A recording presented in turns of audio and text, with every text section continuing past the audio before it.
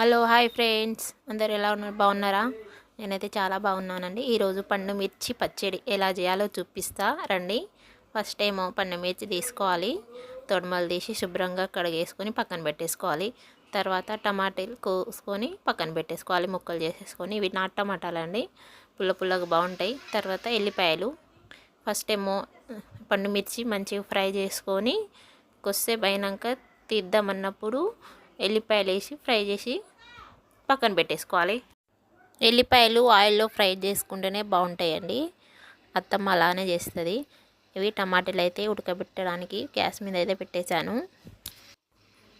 అలా టమాటాలు ఉడికించుకొని తర్వాత ఈ కొత్తిమీర అండి, ఫ్రెష్ మా చేనులోనేవి మంచిగా ఉంటాయి. పండు మిర్చి కూడా మా కాసినాయండి, టమాటాలు నాటు టమాటాలు మాకే కాస్తున్నాయి. అవన్నీ ఫ్రై చేసుకొని చల్లారలో మనమైతే రోకల్ని క్లీన్ చేసుకుందాం. క్లీన్ అయితే చేసేసుకున్నానండి. చేసేసుకున్న తర్వాత ఫస్ట్ ఏమో ఎల్లిపాయలు వేయొద్దు, మిర్చి అవన్నీ వేసేసి రుబ్బుకోవాలి. జాగ్రత్త అండి, కంట్లో పడుతుంది. ఇది మెత్తగా రుబ్బేసుకొని లాస్ట్లో ఎల్లిపాయలు వేయాలి. ఎంతమందికి ఇష్టం? నాకైతే చాలా ఇష్టం అండి. వేడి వేడి అన్నంలో కలుపుకొని తింటే సూపర్గా ఉంటుంది. నోరు సప్పసప్పగా ఉన్నప్పుడు కూడా ఇలాంటి పచ్చళ్ళు చేసుకొని తింటే సూపర్గా ఉంటుంది. కొంచెం ఉప్పు వేసుకొని రుబ్బేసుకుంటే తొందరగా అవుతుంది. అలా మెత్తగా రుబ్బుకుంటే చాలా బాగుంటుందండి. ఎంతమందికి రోటి పచ్చడి ఇష్టమో కామెంట్ చేయండి. మిక్సీల కంటే ఇట్లా రోట్లోనే చాలా బాగుంటుంది. మేము ఏ పచ్చళ్ళు చేసినా కూడా రోట్లోనే చేస్తాం. అత్తమ్మ చేతి పచ్చళ్ళు అయితే చాలా బాగుంటాయి. అదేంటో మరి చేతిలో ఏమో కానీ తెలియదు. ఒక్కొక్కరు చేతిరిగా కూడా చట్నీలు పచ్చళ్ళు బాగుంటాయండి.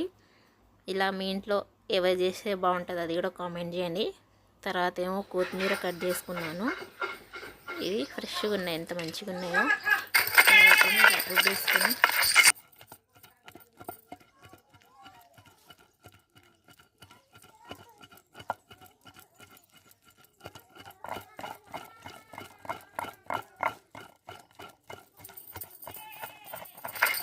ఇలా రుబ్బేటప్పుడే కొత్తిమీర వేసుకొని మెత్తగా రుబ్బుకోవాలి, అయితేనే మంచిగా ఉంటుంది టేస్ట్ కూడా.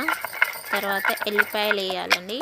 ఎల్లిపాయలు వేసి అందులో దంచేసుకొని తర్వాత అది మొత్తం బయటికి తీసి తర్వాత టమాటాలు వేసుకోవాలి.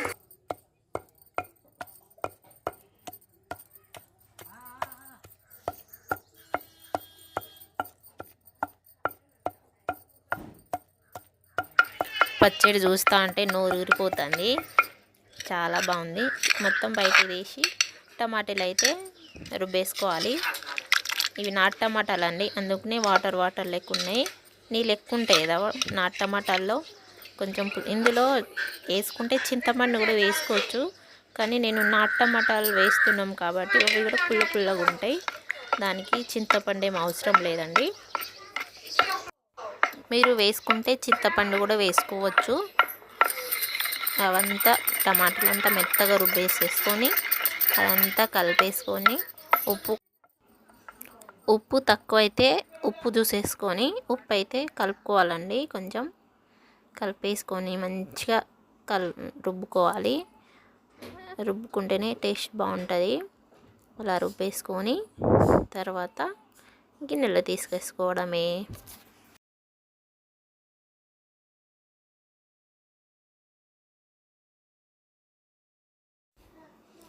ఉప్పు అయితే తక్కువైందండి, అందుకని అత్తమ్మ ఉప్పు చూసి కొంచెం అయితే ఉప్పు వేసింది. అది ఉప్పు వేసి తీయలేదు. మా ఛానల్ మీకు నచ్చినట్లయితే షేర్ అండ్ సబ్స్క్రైబ్ చేసుకోండి, ఒక లైక్ ఇవ్వండి. బాయ్.